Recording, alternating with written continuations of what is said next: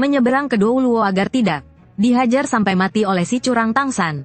Aku memutuskan untuk memburu Xiao Wu, lalu menelan Kaisar Perak Biru.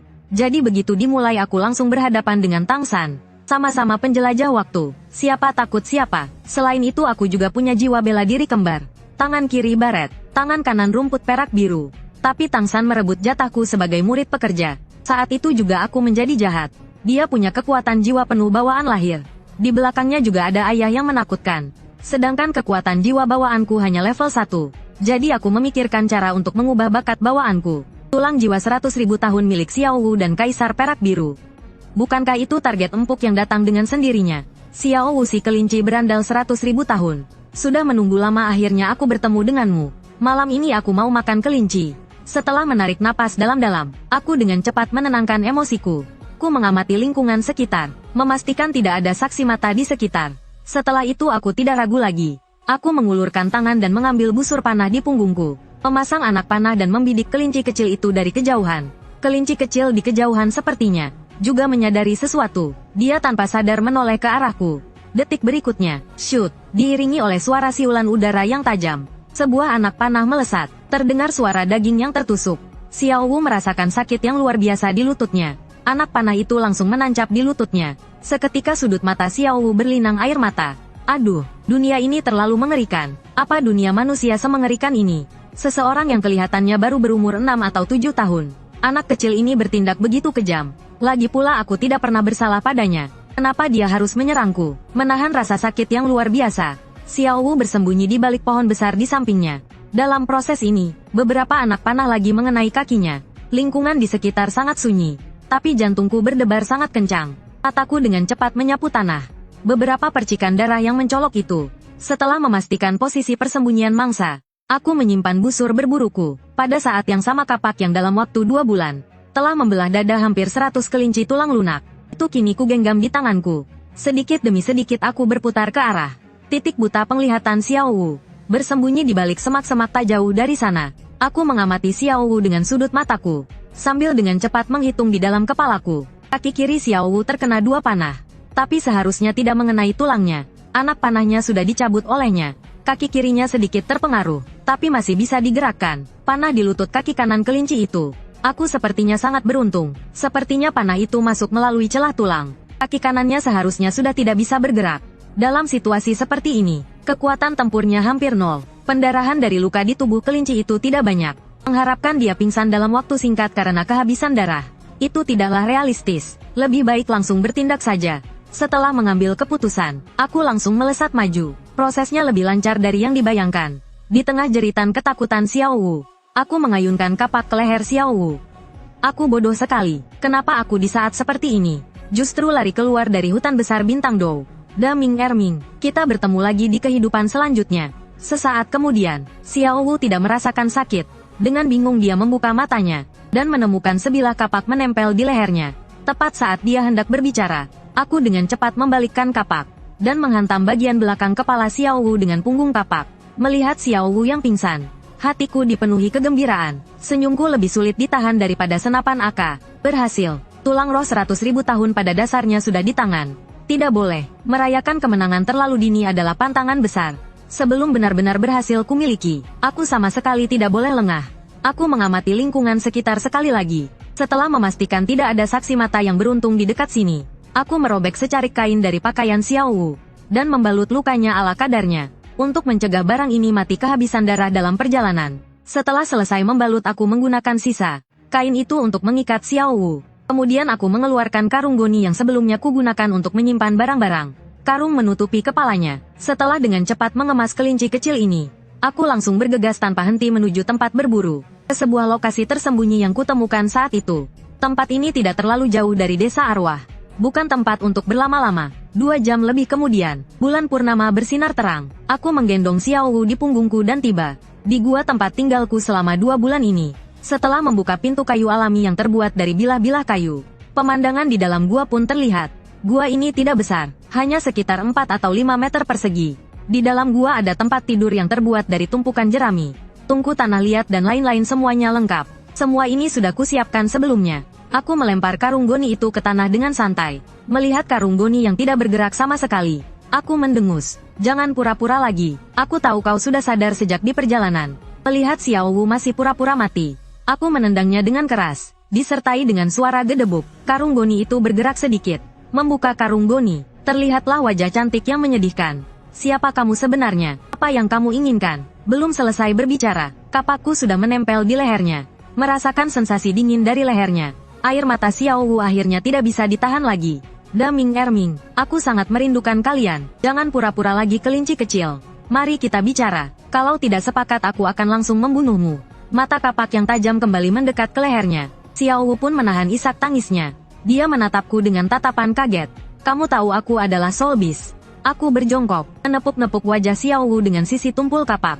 Sambil berkata dengan perlahan, aku tidak hanya tahu kamu adalah seekor kelinci tulang lunak berusia 100.000 tahun. Aku juga tahu ibumu dibunuh oleh Paus Agung Bibidong. Mata Xiao Wu terbelalak. Baru saja mau mengatakan sesuatu tapi langsung kupotong.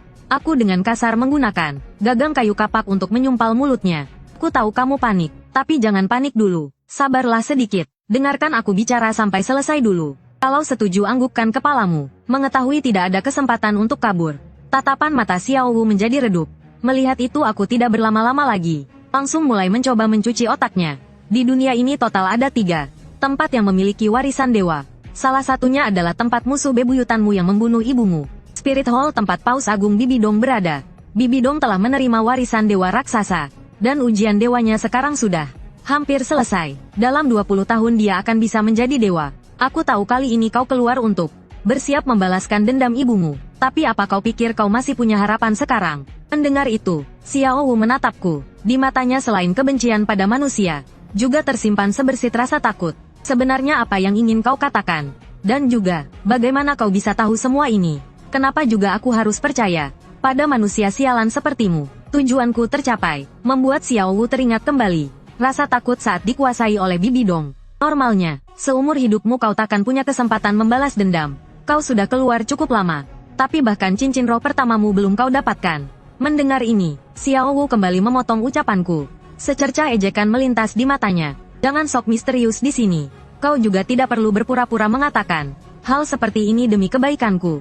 Aku tahu apa yang ada di pikiranmu. Kau hanya ingin menipuku untuk berkorbankan. Aku beritahu kau, aku Xiao Wu meskipun harus mati membenturkan kepala di gua ini, tidak akan pernah berkorban untukmu. Aku mengangguk dengan tenang. Awalnya aku hanya ingin membunuhmu. Bisa mendapatkan tulang rohmu saja aku sudah puas.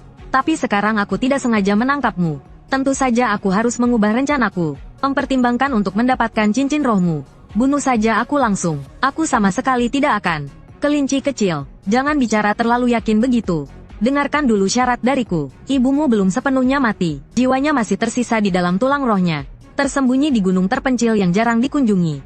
Di sebuah gua yang sunyi di atas sana. Saat mendengar ibunya belum mati, Xiao Wu tidak bisa lagi menahan emosinya. Bagaimana kamu bisa tahu semua ini? Dan kenapa aku harus percaya bahwa yang kamu katakan itu benar? Kamu belum menyerap cincin roh pertamamu. Ibumu juga dibunuh oleh Bibidong. Jiwa bela diri kedua Bibidong adalah Kaisar Laba-Laba Kematian. Ibumu menjadi cincin roh untuk jiwa bela diri keduanya. Daming dan Erming yang kamu sebutkan sebelumnya. Maksudnya adalah sapi ular sanca langit biru yang berusia 100.000 tahun. Dan kera raksasa Titan. Seiring dengan semakin banyaknya informasi yang aku berikan, kebencian di mata Xiao Wu perlahan digantikan oleh keterkejutan. Lihat waktunya sudah tepat. Aku menyebutkan syaratku. Selama kamu mengorbankan dirimu untukku, aku bisa bersumpah dengan jiwa bela diriku. Aku akan menjadi dewa sebelum Bibidong. Setelah itu aku akan membangkitkanmu dan ibumu. Apa yang membuatmu berpikir kamu bisa menjadi dewa? Di benua Douluo selama puluhan ribu tahun hanya muncul 2 dewa.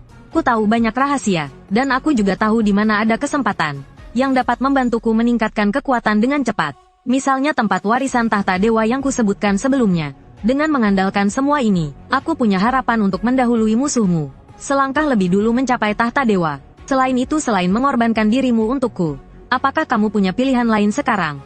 Mendengar itu, Xiao Wu terdiam. Aku lalu memanggil rumput perak biru milikku. Jiwa bela diri rumput perak biru dan jiwa bela diri baret. Kamu sama seperti wanita itu. Sama-sama memiliki jiwa bela diri kembar. Aku sama seperti Bibidong. Sama-sama memiliki jiwa bela diri kembar. Korbankan dirimu untukku. Aku akan memiliki sesuatu yang belum pernah ada sebelumnya. Cincin roh pertama berusia 100.000 tahun. Pada saat yang sama bakat bawaanku juga akan menjadi lebih kuat. Jika bahkan aku saja tidak memenuhi syarat, untuk mendapatkan ujian dewa dan menjadi dewa. Menurutmu siapa lagi di benua Douluo yang bisa mendapatkannya?